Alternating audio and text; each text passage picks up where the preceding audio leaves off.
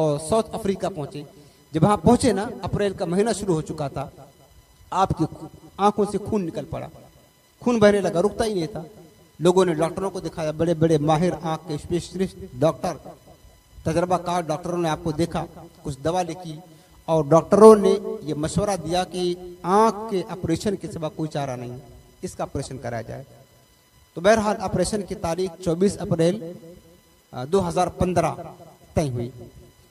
तो आपने क्या किया कि ऑपरेशन के लिए तैयार हो गए, आपके मुहिब्बीन मुतक़िदीन लेकर गए ऑपरेशन के लिए हॉस्पिटल में, बड़े डॉक्टर थे, ऑपरेशन की सारी तैयारी मुकम्मल हो गई।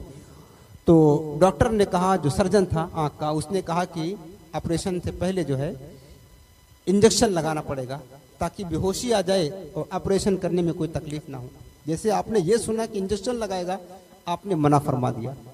कहा कि इस तरह के इंजेक्शन में कुछ ऐसी चीजें शामिल होती हैं जो नाजायज होती हैं, ना जायज होती हैं, जिसको इस्तेमाल करना हम बेहतर नहीं समझते, हम इंजेक्शन नहीं लगवाएंगे। डॉक्टर ने बहुत समझाया, लेकिन आपने कहा कि नहीं, हम नाजायज चीजों का इस्तेमाल नहीं करेंगे।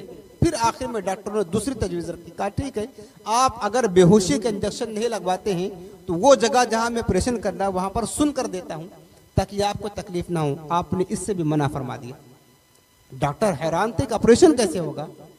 आपने कहा नहीं, डॉक्टरों की पूरी टीम आ गई आपको समझाने के लिए, समझाती रही, लेकिन आपने फरमाया कि देखें, आप लोग मुतमईन होकर, बेफिक्र होकर मेरे आंख का ऑपरेशन करें, न मैं इंजेक्शन लगवाऊंगा और न मैं सुन करवाऊंगा। मेरे दादा जान ने भी जयपुर में अपने अंगूठे का ऑपरेशन बगैर इंजेक्शन लगवाए, बगैर सुन करवाया था। मैं भी ऐसे करूंगा और मैं किसी तरह नाजायज चीजों का इस्तेमाल नहीं कर सकता और न मैं पसंद करता हूं। आप मुतमईन होकर के ऑपरेशन करें।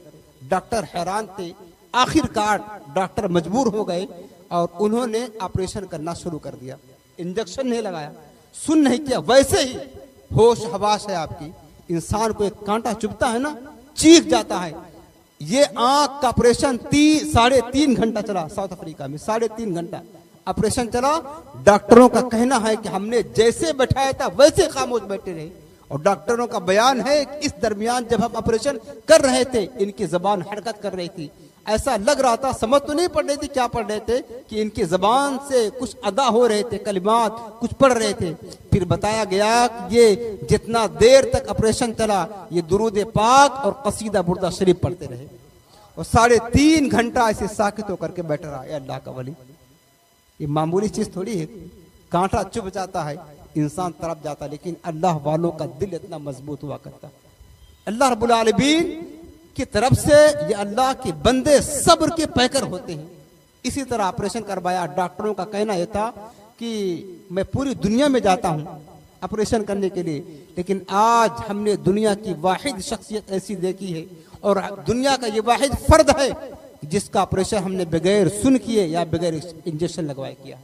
ना इससे पहले कभी हमने किसी का इस तरह ऑपरेशन किया और ना किसी ने इस तरह कभी कराया। ये लगता है ये शख्सियत बड़ी हिम्मत जुरात वाली है और बड़ी रूहानी कुव्वत की मालिक है।